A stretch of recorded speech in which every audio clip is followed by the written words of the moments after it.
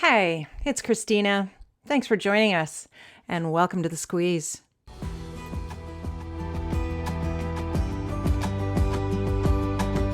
The number one muscle that I guide people into rewiring codependent behavior is the capacity to disappoint people.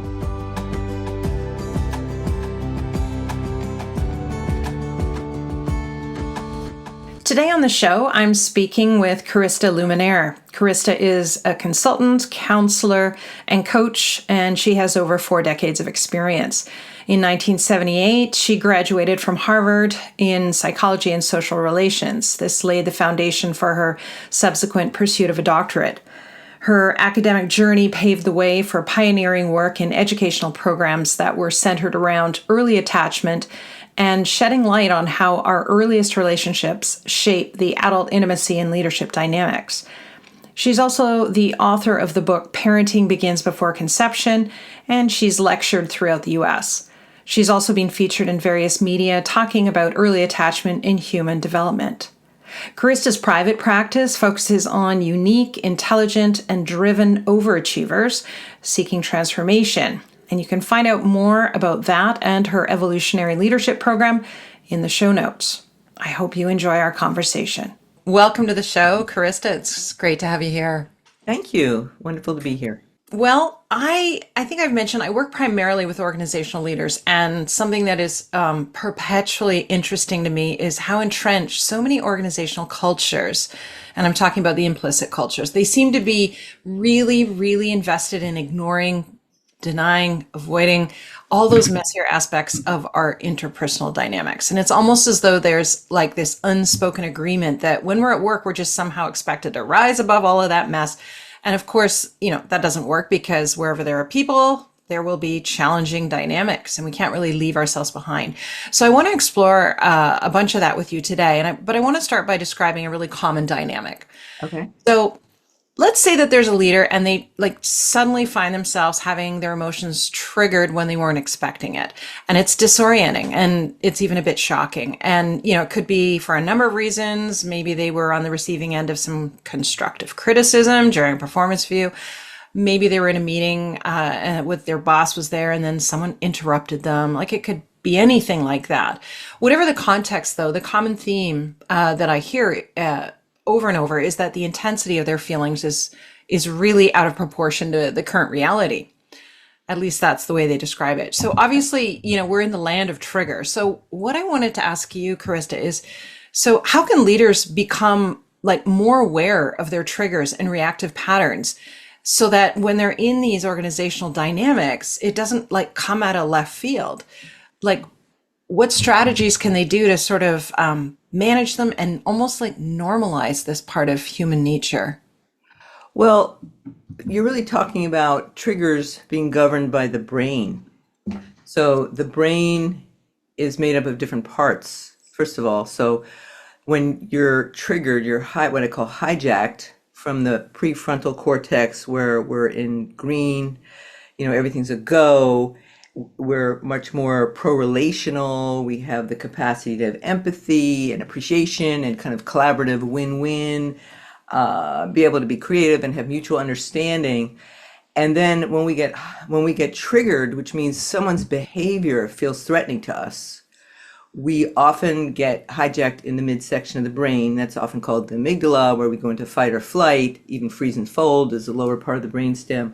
So the lower part of the brainstem is really a feeling of where primitive parts of our ego feel that they want to go into some kind of escalation, or they want to go into avoidance.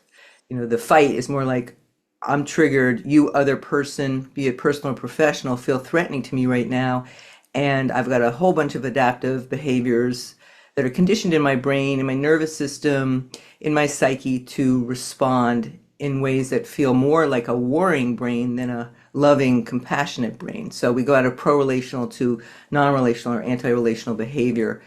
And its fight is more going to aggressive responses, and flight is more avoidant, going into withdrawal and silence and disappearance. And that happens in a nanosecond. I mean, it's literally taught by my neuropsychobiological mentors, that happens in less than a second, and we go from our rational, discerning mind into these primitive reactions because the person's behavior just feels overwhelming in some way.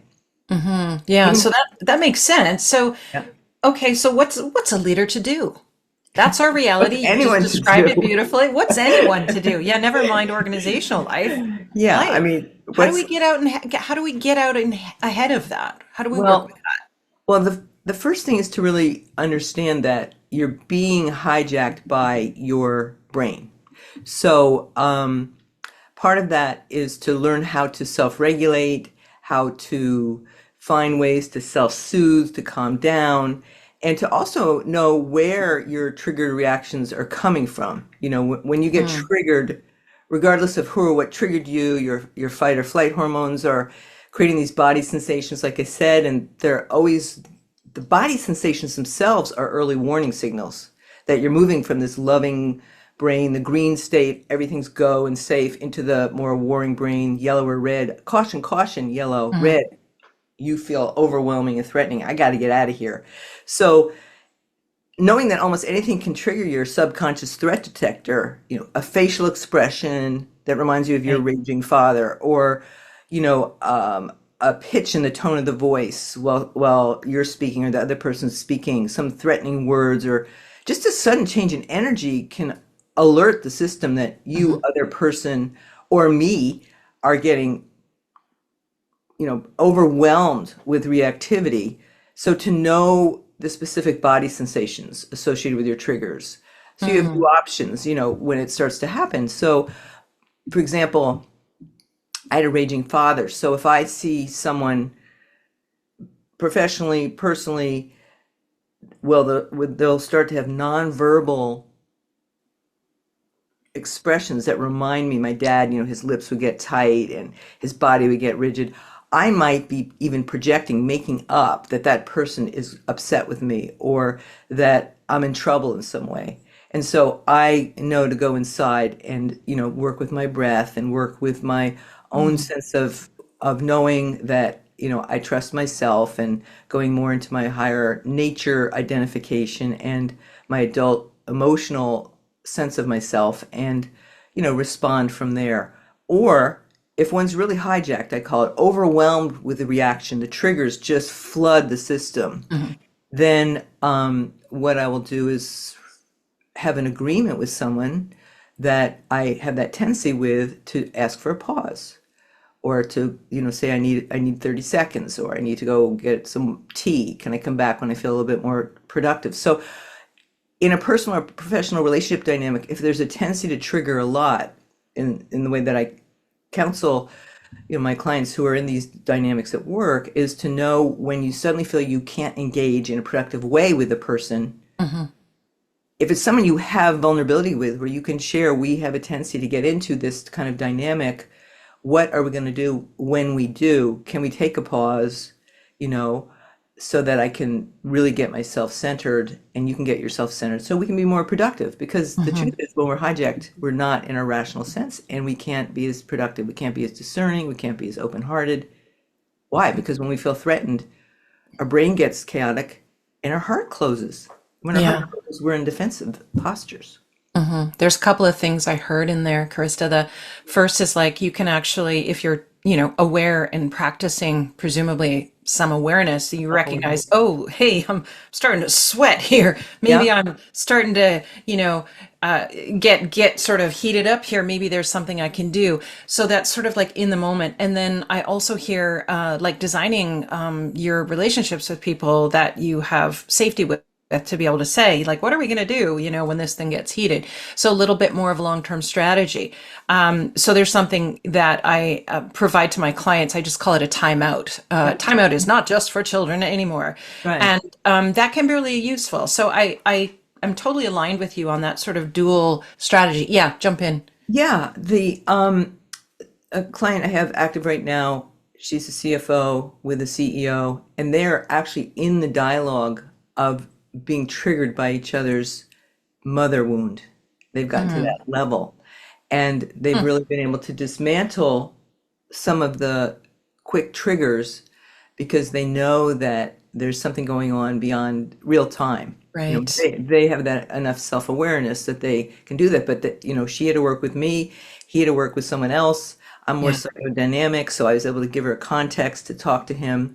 He's more rational. But the essence I would say is to know, to recognize the sensations when you're triggered, like heart Hmm. pounding, not in stomach, shallow breathing, exhausted feeling, constriction in the chest or belly, those, the tightness in the throat, the feeling of sudden heat or coldness, that is telling you you're triggered. That means you're not in your most clear-minded, rational sense. And is there some, knowing your own self-soothing practices, and if you have someone who's open, having an agreement to take that pause or that time out. Yeah. Yeah. So I want to kind of like go big picture for a second here because I love everything you're saying, and it's something that I really believe strongly in and work with my clients on. There's a way in which organizational life in general. So when I think about, and I have my finger in a lot of different organizations, so there's like a lot of commonalities. So just high level. What I spoke about before, the sort of the negation of the messier elements of ourselves, being vulnerable, outing myself. Of course, that's coupled with what I would call unrealistic expectations for performance, right? There's Right. always do more Oh with yeah. less. So when we look at these organizational cultures, I guess when I think about your expertise in particular around, attachment theory, I guess what can we glean about human nature when we look at how we behave inside organizations? Well, most people are working out their their childhood dynamics in terms of authority figures. In the attachment model, whether it's a personal or professional application, we know that people, let's just start with our original relationship with our parents if we had two. Right. I'm just going to go for the universal two parents. Of course, people, there's many combinations now. The our bonding patterns with our early attachment figures define many of our adult relationship dynamics, especially romantically. And I've come to realize also in the professional dynamic, because a lot of my clients come through couple crisis, relationship crisis, their partners send them, or they find, their colleagues send them to me. And what's happening in their intimate dynamics is often reflective how they're relating to those in Your the work. colleagues. Oh yeah. Yeah. So there's a real sense of knowing that you have a, how how secure do you feel with a person? In other words, how much can you feel, how much of the time do you feel I can be my true self with this person? I Mm. can be vulnerable, I can be open, I can challenge you, I can be challenged. And it's an empowering experience where I feel like I'm safe to be myself with you. I trust that, we're going to create mutual understanding where we're really here for each other. And that's more in the secure attachment. If one feels intimidated, if one is intimidating, that's more the insecure attachment. There's four attachment styles I can explain if you want, but there's either insecure anxious, insecure avoidant, where when we feel threatened, and we can go into being more aggressive, more assertive, or we can be in more dominant, or more in the kind of collapse and compliant mode.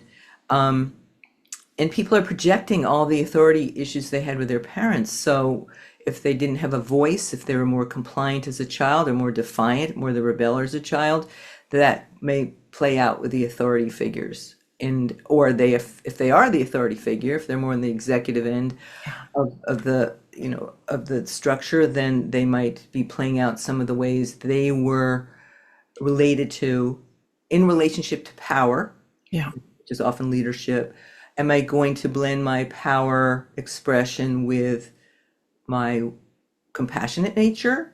Like perhaps I had a loving mother or father, or was I dominated and where my feelings weren't cared for? And I learned the way that I express power is to just, not care for the impact on the other, just like my parents didn't care for the impact on me. And that's how I get my needs met. That's how I get my thoughts across. And that's how I have a tendency to lead is through domination control, because that's the way I was related to as a child. So the family systems dynamic bleeds into a lot of the leadership dynamics. I see it time and again when I consult.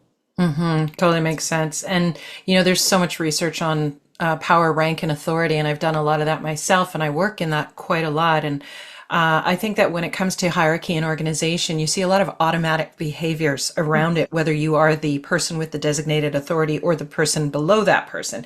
Yeah. And I guess I think, in terms of attachment theory, excuse me, focusing on those interpersonal relationships and patterns of behavior, as you said, it's more broadly, it's not just personal, but in organizational life as well. Yeah. We hear about these bosses who overuse their power. They may use shame, they may use favoritism, all these different things. Like, what might we be looking at if we were to overlay attachment theory with this individual? What potentially is going on there? Well, you're talking about domination, control, intimidation, that level, suppression, strong, overbearing expressions at that extreme. I mean, then we're bringing in insecure attachment, to be able to not know how to be pro-relational, that there's secure attachment is mutual understanding, mutual sensitivity. Even if I'm hierarchical in the whole design of the company or the dynamic, I respect you equally, and your needs and feelings and thoughts are equally as important as mine. That would be more of a secure relationship. When you get into domination control, it would be remiss if I didn't mention the whole notion of narcissism, because, and I'm not talking about narcissistic personality disorder being the only display of that behavior. Narcissism, it's got a really bad rap now, Yeah. obviously. And it's really talked a lot about. I hear young people say, "Oh, that guy, he's so narcissistic." It's very, very thrown around Yeah. as a term. So I would appreciate, yeah, let's have some clarity around that. Yeah, I mean, my partner calls me the narcissist whisperer because I work with a lot of high achieving people who have that tendency in their intimate relationships. And I have a whole course called Healing Narcissism and Codependency, because narcissists are self-absorbed. But there's a spectrum of narcissism. So, like any trait, depression, anxiety, codependency, you name it, there is mild spectrum traits we're talking about, self-absorbed mildly, moderate, severe expression where it's dominating as the primary, the traits are dominating, and even personality disorder, narcissistic personality disorder. So when people say he's a narcissist or she's a narcissist, they could have tendencies when they get threatened, when they feel hijacked, when they're triggered, they'll go into highly self-absorbed responses or mildly self-absorbed responses. We all do when we feel threatened, go into some kind of self-protection. It's very natural. But the place where it becomes, a yellow, orange, or red flag in terms of this person is really non-relational and threatening to me is when the self-absorption doesn't have any flex to it. In other words, I'll go into my corner internally or externally and take a stance on my position and not be so empathetic about you, other person. That's the hallmark. Lack of Right. empathy for other, lack of empathy for impact on other, especially when other says, "Hey, you're overwhelming me. You're scaring me. I feel suppressed. I feel oppressed. I feel dominated. I don't have my voice. That's a sign. I'm walking on eggshells." And if that person says to the dominant, self-absorbed one, "I'm having any range of these experiences, I feel intimidated," and the person gaslights them, minimizes it, says it's not true, the problem's with them, or they, deny it, or they don't care. That's the sign of narcissism. They don't care about their impact. They don't care what the other person's feeling. That's more moderate. That's more severe. Other doesn't exist. I am the center of this conversation. You're secondary. And those who are more codependent, who are more compliant, who grew up that way, caretakers, people pleasers, they are what I call a natural plug and play. The narcissists love to go towards the compliant ones because they can control them and they're not challenged. And the compliance those who are more self-suppressive, careful to challenge, don't feel they have their voice, don't feel confident, to exert their personal power. Those are more the opposite. They're the ones that are self-abandoning, self-sacrificing. And so that often can be traced back to authoritative parent, where I learned just to go people pleaser, and or authoritative parent. They dominated me. They'd show me how to get my needs and feelings and thoughts, on the table in a way where you dominate a person and you don't even know you're supposed to care about your impact. And a lot of that is ignorance. It's just all I knew. This is how you relate. Domination, control, or compliance. Yeah. And then I find people, I mean, big name people I work with, in other words, people who are quite established in the professional field, who are infants, even preschool, pre-verbal in terms of their ability to be relationally intelligent, Hmm. because no one challenged them and no one taught them how to be pro-relational. So how much of this is conscious when you're talking specifically about narcissism? Like, is it a conscious awareness that this is the impact I'm having and I don't care about that, or is it unconscious? Yeah. How much time do we have on that one? I mean, I'm saying this more as an, an educator, a counselor who works with a lot of narcissistic personality and grew up with parents with variations and strong in my family system, also very loving parents. It was kind of a double edge, but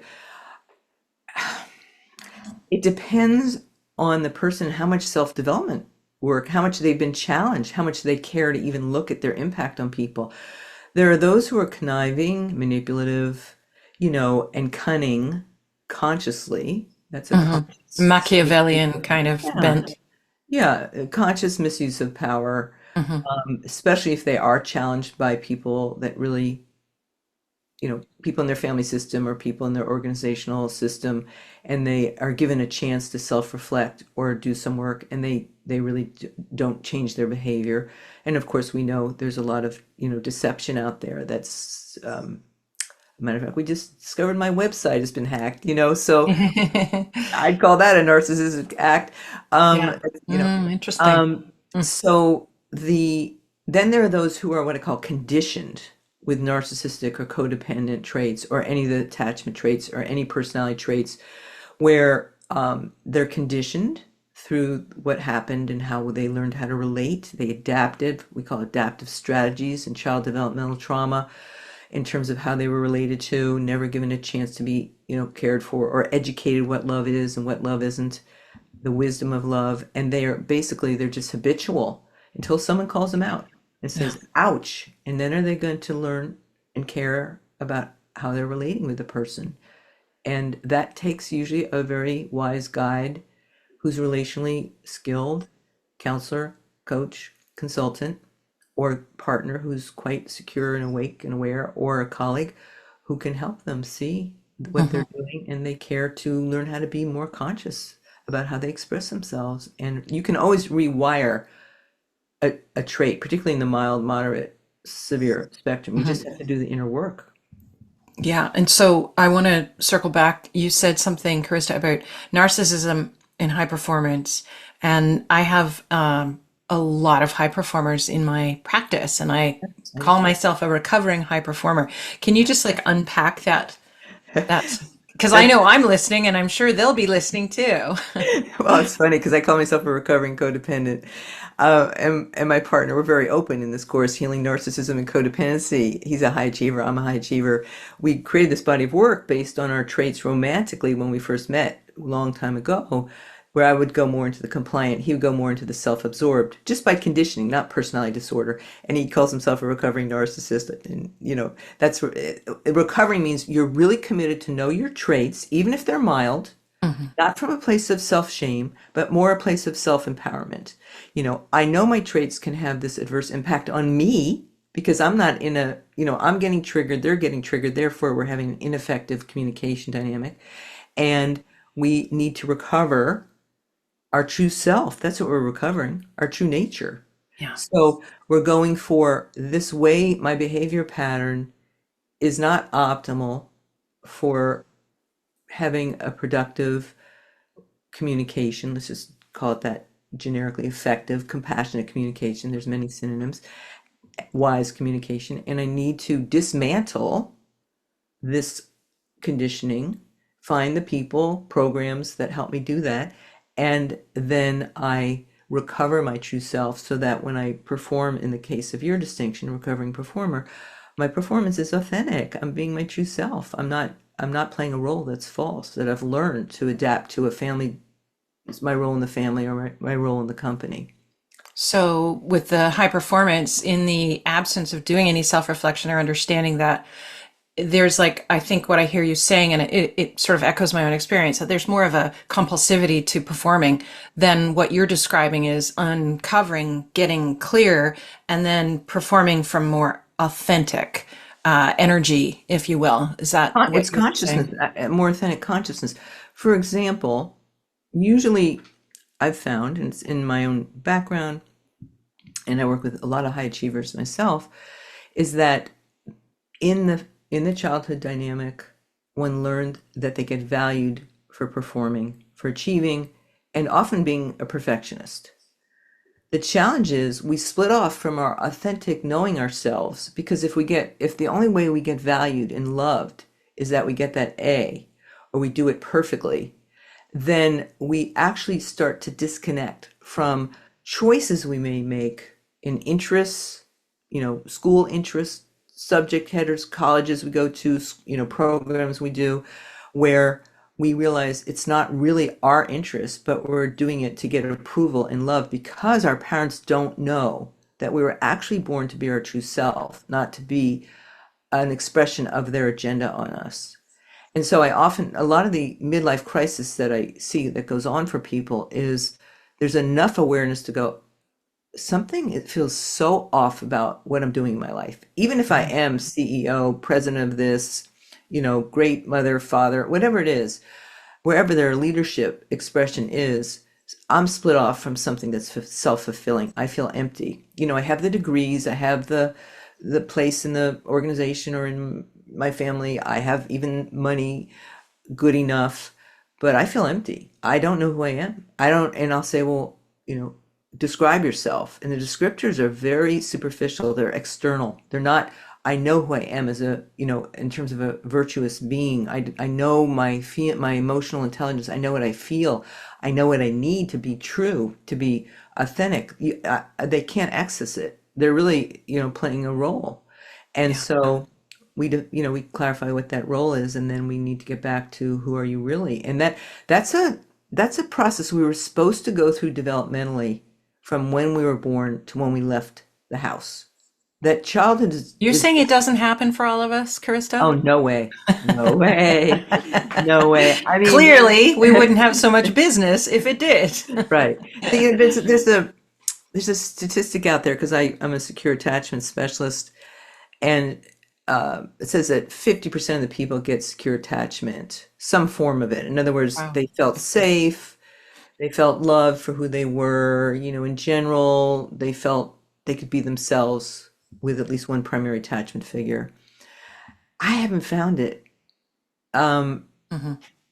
I just feel, now in this generation where authenticity and the one, millennials, authenticity became a meme.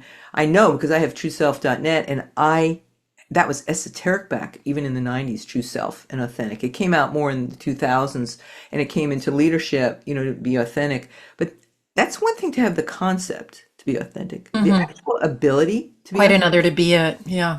it Yeah. takes a while. You have to Yeah. really look at your conditions, identity and values and beliefs and see what's true and what's not. Hmm. I'm surprised actually. 50% seems higher than what I would guess Yeah. in terms of secure attachment. I want to go backwards because a penny dropped when you were talking about high performance and how there is that sort of, your sort of baseline experience is that you get validated, you get acknowledged for that performance. Well, guess what? I mean, organizations friggin' love high Of performers. course, you get And rewarded. so talk about reinforcement, reinforcement, Yeah. reinforcement. And the majority of my clients come through organizations. So Yeah. no surprise to everybody who's listening who you already know you're a high performer. And then the work that I often do with clients is to explore, well, first of all, being a little bit more aware of that, that external acknowledgement. I just hadn't made the connection to how much that comes from the organization itself. That's very, very explicit. But Yep. that once there's that awareness, it's like, well, what's the other source of that? In other words, me, or Me. the client that I'm working with. Yeah. Yeah. Yeah. Super, super useful. There's So, nothing. Can I just say one thing about yeah. that? I don't want to diminish the authentic drive to be a high performer. A lot of people, I mean, there's nothing wrong with having great aspiration, inspiration, know Hmm. your purpose, Ambition. ambition, go after it, know your higher purpose is even optimal. Feeling the delight of your personal power being expressed, in any form in the world, at any level of an organization. So it's not dissing performance itself. Right. Saying that when the drive is not an expression that fulfills you, that empowers you, that gives you a sense of meaning and well-being, and you feel you really are enjoying the challenge and the opportunities, and it's when you're really unhappy and you feel like this is not me, or I'm being asked to do something that feels not me, or I can't do it. Am I able to be vulnerable and say I need help, or I need, just like kids need tutoring. And so when one's sense of self is dependent on the outside validating one's performance, and there's no self-confidence and self-awareness to be able to, feel I'm not just what I do, and particularly if you're in a challenging, growth spurt in any form of Yeah. work where it can feel overwhelming, I have a self-confidence that is independent or semi-independent. I mean, we all enjoy accolades from the outside as human. We all enjoy success and feeling we're progressing and having a positive impact. So it's not black or white what we're saying, but if you're really unhappy and you feel like you're never being affirmed, and you're in a personal and professional relationship where you feel you're walking on eggshells, and you're having to split off from really being able to freely express yourself in general, and you feel lousy about yourself, then that's something worth evaluating. Hey, you're listening to The Squeeze. And if you like what you're hearing, there's a whole world of citrus coaching to discover. We've got an online leadership program. It's called Citrus U, and it features those 3 key tools you need to be a better leader, well, to be a better human. We also have a number of mini learning bundles that you can get into, and there's plenty more. If you're interested, you can follow us on Instagram or check out our website at www.citruscoaching.com. And the show resumes now. I think I have a good question that I'm going to share with my high performer clients that I got from you, and I think, and I've done a lot of work around this in a number of podcast episodes on this. Is the question was, does the drive itself fulfill you? Because there's always that tendency to do what I call chasing carrots, Yeah. and that you never actually ever get there. So it's kind of like, does the drive itself fulfill you? Yeah. Are you actually engaging in the so-called journey versus the destination? So I can think of a few high performers who that would be perhaps a really useful question. So let me loop back to something else. So, because I think this, when you were describing narcissism and codependency, there was almost like this way in which you can kind of see both of those dynamics at play in an organization. And so I guess what I'm curious about, and I don't know if this is something we can explore in a simple fashion or if it's too complex, but I almost wonder, like, what is the wake behind a leader who's codependent? In other words, the impact. And what is the wake or the impact of a leader who is perhaps more narcissistic? Okay. Good question. You're making me think deeply there on that one. The wake meaning the impact? Yeah. Yeah. So, well, the leader who's more prone to narcissistic traits, I'm not talking about personality disorder. In other words, they're more self-absorbed.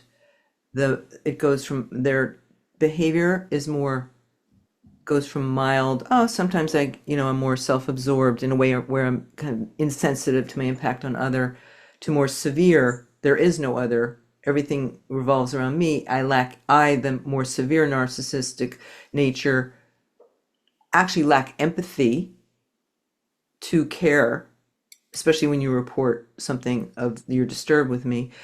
Then what happens, I notice, in family systems, in romantic relationships, and in business cultures, is that the other person or group of people who have to suppress themselves become disengaged. And if you're looking at it from a business point of view, disengagement with employees' behavior equals impact on the ROI, on the bottom line. Because when people don't feel empowered to give the best of themselves freely, they're going to hold back. they're going to be more adverse because they're afraid of getting in trouble. When they feel overwhelmed, they're not going to speak up and get help because they're afraid of reprimand. Or if they, their performer has a perfectionist driving them, they're so afraid of making a mistake, they won't speak up. They can get high anxiety and depression. All that hijacks the ability to be, clear-minded and most effective. So it really, the leader who's over domineering or suppressive may be in control, but they're actually creating suppression of self-expression for those underneath. So is that helpful in terms of the narcissistic description? Yeah, yeah. Can I It's just add a little question to sure. that while you're on narcissism? What do you think Yeah. the correlation might be between senior leadership and narcissistic tendency versus, say, codependent tendencies, which you're going to get into in a second? Oh, I would have, that's case specific Hmm. because there are some people who are so wired to respond Yeah, to these tendencies one way or the other from their, deep wiring of relational wiring, that they actually, that's all they know is to be overpowered or be in these power dynamics. It's natural. It depends on the person and right. it's really case specific in that regard because I work with that a lot in business and in personal relationships.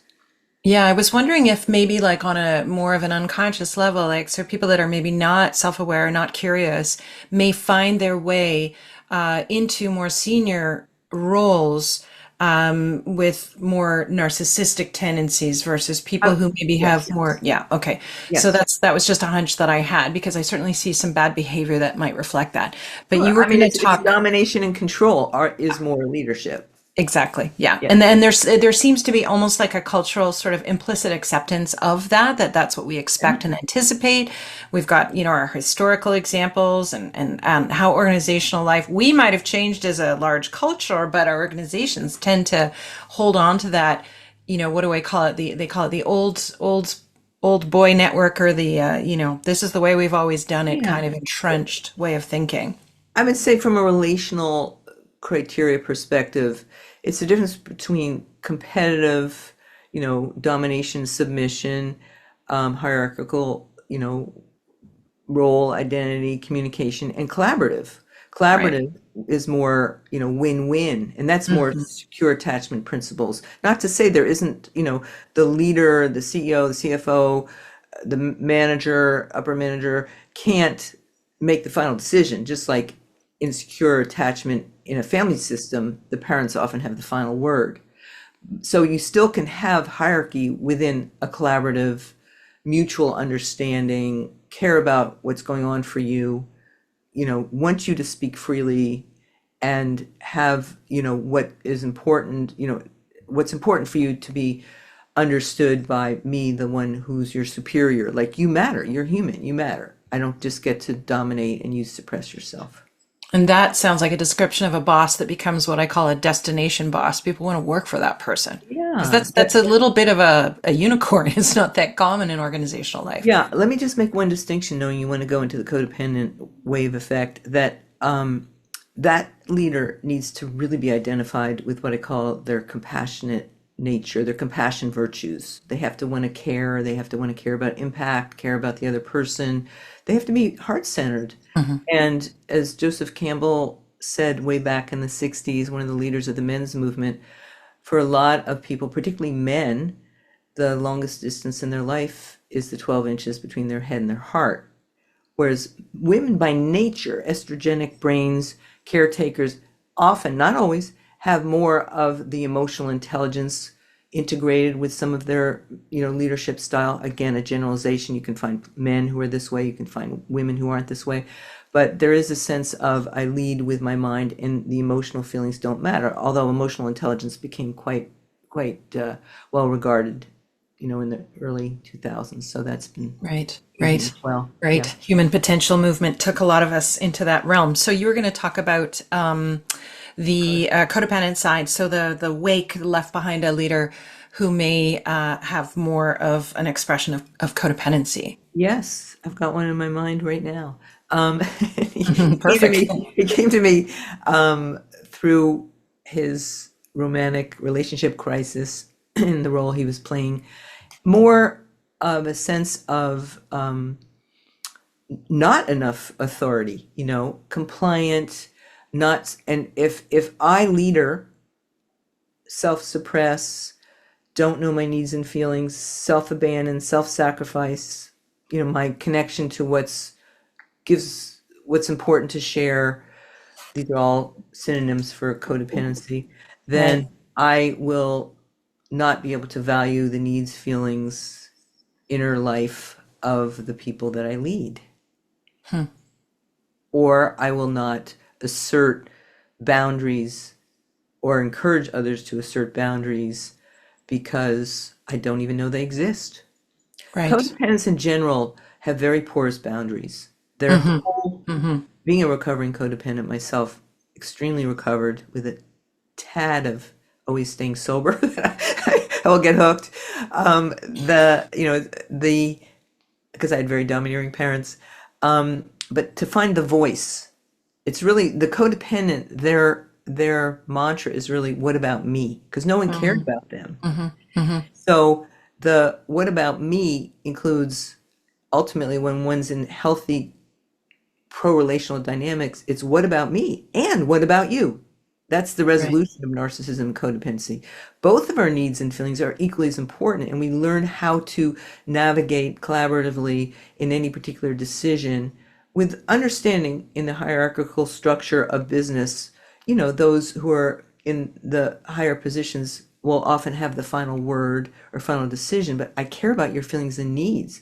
And if you don't know them, you codependent, because you never were given a chance to say, what about me? My needs, feelings, thoughts, values, beliefs are important. I'm given the chance to know myself. Then when you're asked, be it in personal and professional relationships, and you don't have quick access to know what's true for you, then you're going to be at the effect of, making decisions based on others' expectations of you. And that Hmm. often will drive some of the performance behavior because I'm there to get your accolades, not to know what's really true for me. And a Yeah. leader who doesn't have that ability to put up boundaries to say, I know, wait, no, no, what you're saying is true for you. It's not true for me, the codependent. What's true for me is, and I know myself to know what that is. And if one's more in the severe codependency, the access to put up those clear boundaries of what you other person are saying, doing, asking of me, I get to say no. I get to be autonomous. I get to have a different perspective, a different point of view. And you other person, if you're pro-relational, are caring to help me find what that is and express it Hmm. as Yeah. equal to your own. This seems, I don't want to conflate, so correct me if I'm wrong. I just see a really similar dynamic when I think about, after doing what I've been doing for so many years, I have these like little kind of themes, right, that I keep Yeah. seeing. And one of them is a leader who is extremely well liked, but not well respected.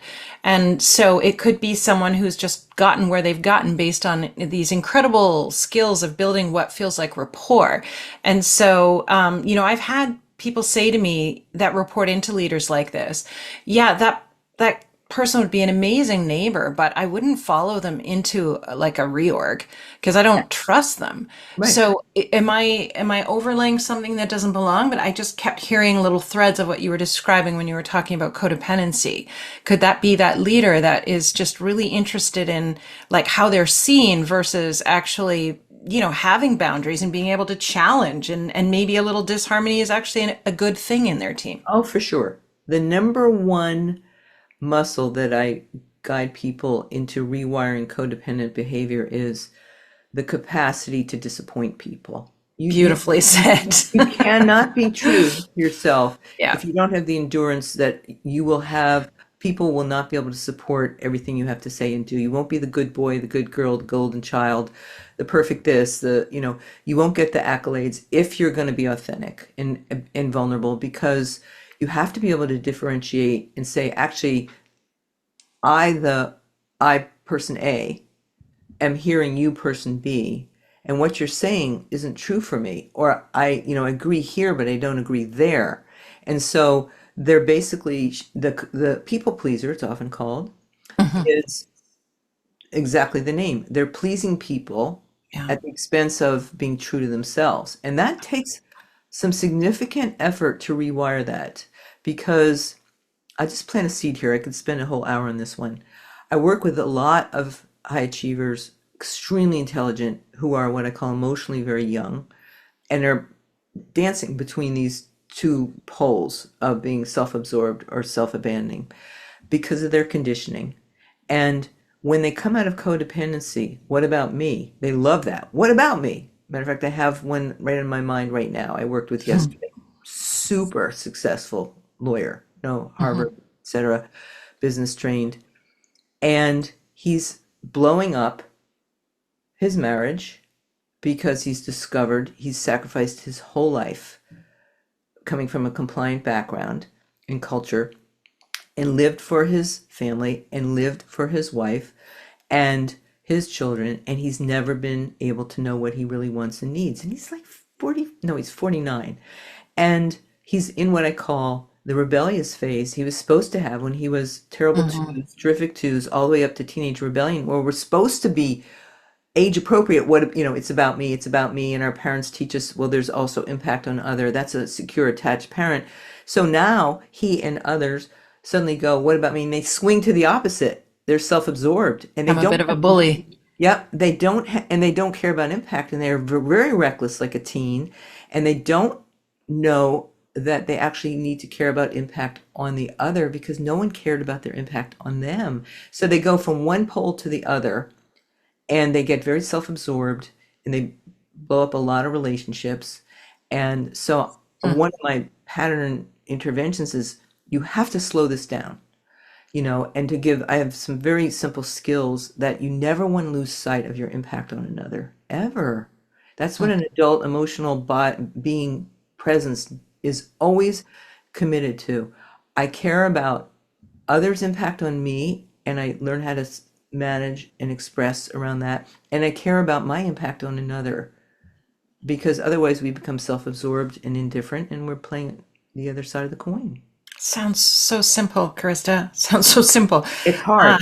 Let me just say it's yeah. hard. And I Let think, yeah, I think there's a way in which you said something. I really want to underscore it because a lot of the leaders that I'm supporting are people who are moving up in their careers. And so they're taking on more and more responsibility and they have a very difficult time having, I want to I want to go into this a little bit. I'll pause for a second on that, but just put a pin in it. Difficult conversations where they let people down. And it's the common parlance in organizational speak is hardline. I need to be more of a hardline leader. But you Yeah, I said know it. that one. And it is that one about like the capacity to disappoint others. So I have a whole bunch of leadership traits that I provide to my clients, and I Yeah. am adding that on there, capacity to disappoint others, because I think that if you can do that and maintain your groundedness, your strength, your resilience, your whatever it is, that's crucial for your maturity inside an organization is your ability and capacity to disappoint others. Well, if you can indulge me 1 minute here. Yeah. Yes, and Yes, and for the codependent, the one who's more self-sacrificing, self-suppressive, that is really important. For the one who's more self-absorbed, right. Thanks for making that they already distinction. have They already incredible have that in capacity to spades. disappoint others. They always, that's part of what Yeah. they're missing, the sensitivity that they're impacting Right. others. So Right. here's what I call the middle path as you're learning to Mm. rewire behavior, which is not just awareness, but more building capacity to be more pro-relational in whatever direction you choose, whatever model or approach, is that if you make the commitment to care about impact, that's your protection. And to be kind, that's your virtue. That's the training wheel virtue. Kind to self, kind to other. Yeah. Then you're not going to be, creating a lot of unnecessary ruptures and bruises in your experimentation. Dramas. And to Hmm. always be aware of, watch people when you express your truth and when you assert your power. Watch them literally. If you see them wince, if you see them go into a demoralizing nonverbal facial expression or body language, then you know you've disempowered them. If you see them, really kind of spark and feel, responsive in a way that leaves them empowered. In other words, they have a voice, you have a voice, and you're caring for each other. You're just caring to understand each other. That's the number one attachment wound driving humanity. Yeah. The need to be understood on my terms, which other person doesn't necessarily know, the need to be seen, the need to be heard, the need to be held, those attachment wounds in relationship where we didn't get it and we're not giving ourselves the need, self-understanding, hearing ourselves, holding ourselves, hearing ourselves. That's the self-care work that's independent from others. That's what's really going on. We're all, when we feel understood, we thrive. And the engagement is so much stronger because if you, other person or organization, are caring for me and I feel I can be trusted and I can trust you, I want to give more. Yeah, I'm going to show up. I want to give more because I can be myself. I'm going to be more generous. I want to show up. Yeah. Yeah. I can't tell you how much I wish if I had all the money in the world, that's the billboard I would have outside of every organization because I've been doing this long enough and I just keep bumping into the same patterns. And, there's this way I want to make a distinction. I want your help making a Yeah. distinction between disempowered and disappointed because let's say I'm more of a codependent leader and I've been promoted above my peers, which makes it Yes. even more difficult. Now I Yes. have to tell, person A, no, you Yes. don't get that vacation time. Person Exactly. B does. How, as a leader, as I am delivering that information, do I make the distinction between what I've just told you is actually disappointment and I haven't actually disempowered you? That's a really good one. How you say it is everything. I say this no matter what relationship you're in, personally or professionally.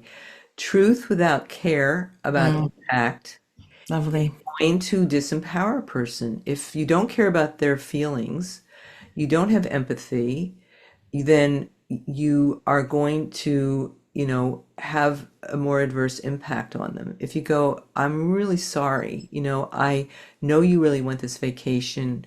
I really value what you're doing at work, but right now we can't afford to have you Yeah. go. And, I'm sorry that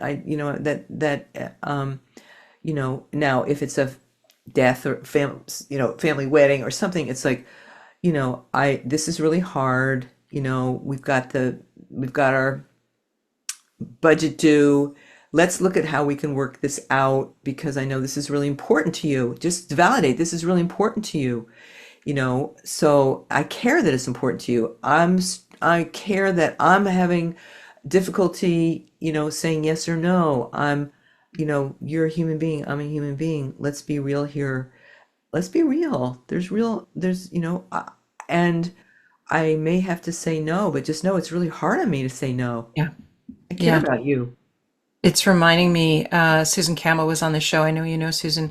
Yeah. She once said this to me. I put it on a sticky note. I was looking for it. I don't have it, but she said, like, feel your feelings as you say something that is disappointing someone else. Yeah. There's a way that really reflects that truth without care is disempowering. So I think there are Yep. so many young leaders growing up in the role, and unfortunately, leadership development is just not always on point. So they end up determining who they're going to be as a leader by all these random role models, or not even role models. It could be somebody from like a television show or whatever.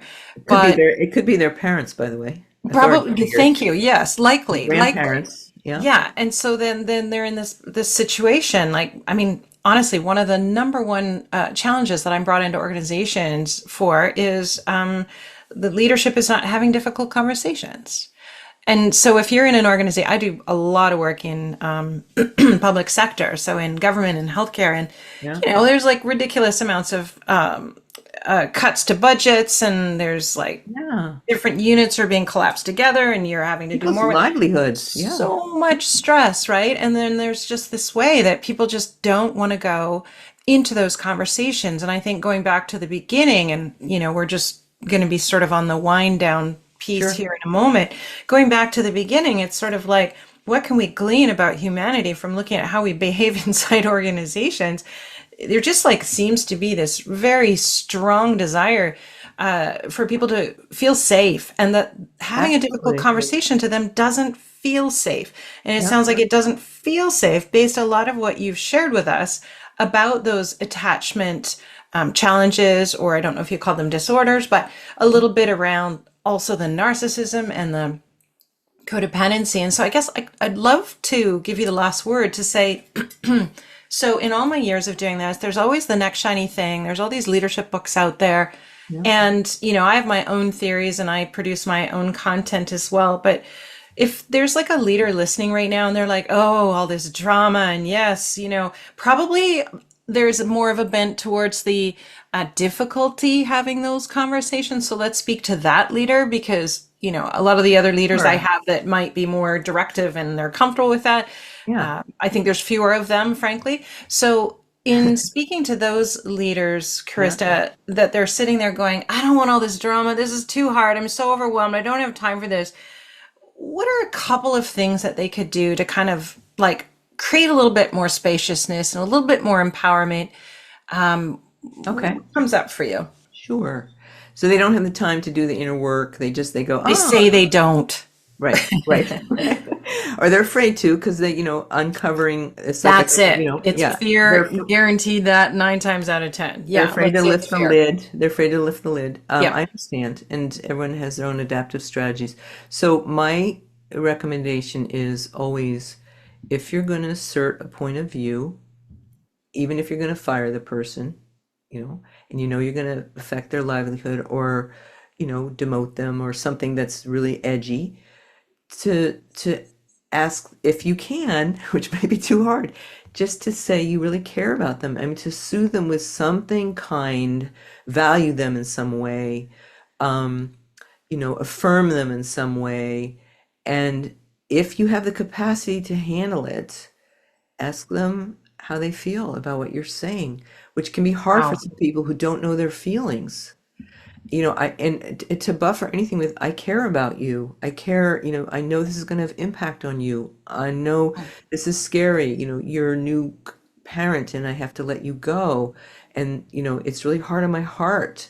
But my superiors are telling me or that, your performance, but you're a good person and, we've really valued you in these ways. So there's a commitment to leave the person feeling valued, empowered. And if you can, ask them how they're feeling and have a real dialogue about how you're feeling about it. If you don't have the skill set though, if you don't know what you're feeling and you feel like if they say something that's going to put you, Back in in your the lion's trigger. den, then you can't do that. It's just a lot Yeah. of it depends on your capacity to hold real conversation. But at the very least, you can always care by saying something affirming.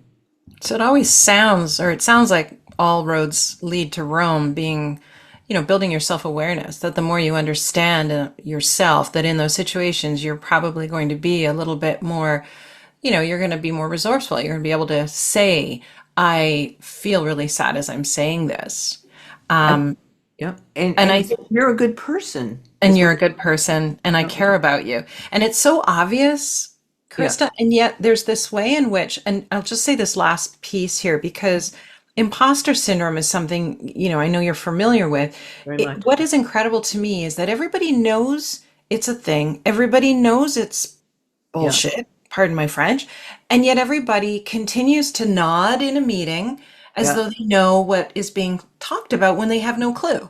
So there's like this almost, again, I know it's the safety thing, but it just sounds like that leader that I asked you to speak to that can make that difference is that person that is willing to almost like lean into those areas and like say it, like I feel or this is coming up for me or like almost role modeling because and that's a tough request because when everybody around you is looking at you like what, however, I would argue in the next minute everyone is like, oh my god, thank god you said that, I was feeling that and I didn't have the courage.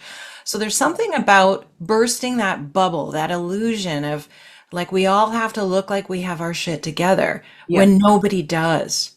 Well, you're talking about being vulnerable, knowing we're ending here. Yes, You let's know, go one vulnerable to end. I love it. one has to be able to feel safe enough in themselves to share what I call Yeah. vulnerable is your Yeah. underbelly. Nice. I don't have to have my whole shtick together. I'm human, you're human, we're perfectly human, and let's get more real. and I get to share some of my, my vulnerabilities. You get to share some of your vulnerabilities. That's really where in the consulting on the organizational level, when I'm working with leaders at odds, I really, get to what's really distressing you.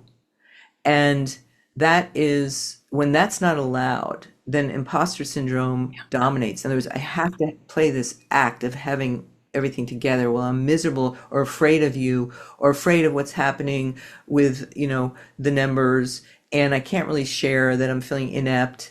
And I actually do need help and advice, but then I'll appear, like I don't know what I'm doing. And there's solutions for all that, even on just a purely transactional, level. There's solutions in that regard.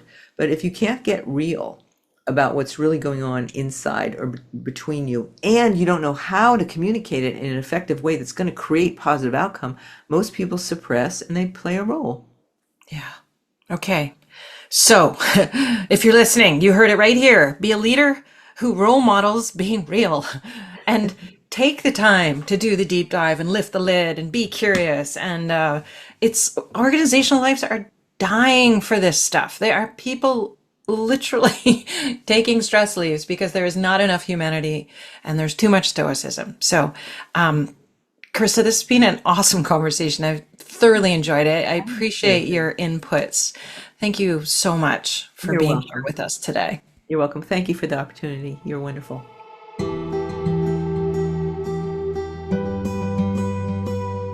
So, you've been listening to The Squeeze. Thanks for joining us today. If you want to continue tuning in, don't forget to click subscribe. And as always, we want to hear your thoughts, your comments, your feedback, and challenges if there's anything you don't agree with. Thanks for joining us, and see you next time.